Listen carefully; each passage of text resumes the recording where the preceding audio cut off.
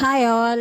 ఇది one pot recipe అనమాట. చాలా సింపుల్గా లేజీగా ఉన్న రోజున చేసేసుకోవచ్చు. అండ్ ఈరోజు మా పాప ఇంట్లో ఉంది, తన కోసం ఇలా చేద్దామని చెప్పి చేశాను.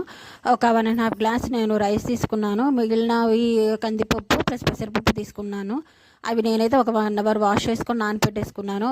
నెయ్యిలో నేను కొంచెం 2 యాలకులు, లవంగాలు, మిరియాలు ఈ 3 వేసి ఫ్రై చేసుకున్న తర్వాత ఆనియన్స్, పచ్చిమిర్చి, టొమాటో ఇవన్నీ వేసుకొని ఫ్రై చేసేసుకొని అందులో మనం నార్మల్గా డైలీగా వేసుకునేవి సాల్ట్, కారం, పసుపు, ధనియాల పొడి, ఇంకా నేను సాంబార్ పౌడర్ అనేది వేసాను. మూత పెట్టి అవసరమైతే కొంచెం వాటర్ పోసుకొని కుక్ చేసుకోండి.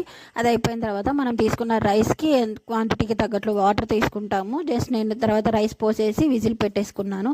4 విజిల్స్కి ఈ విధంగా మెత్తగా ఉడికిపోయింది. చాలా బాగుంటుంది. చిన్నపిల్లలకైతే ఇలా పెట్టండి, నచ్చుతుంది కూడా. మంచి బేబీస్ కూడా బాగుంటుంది.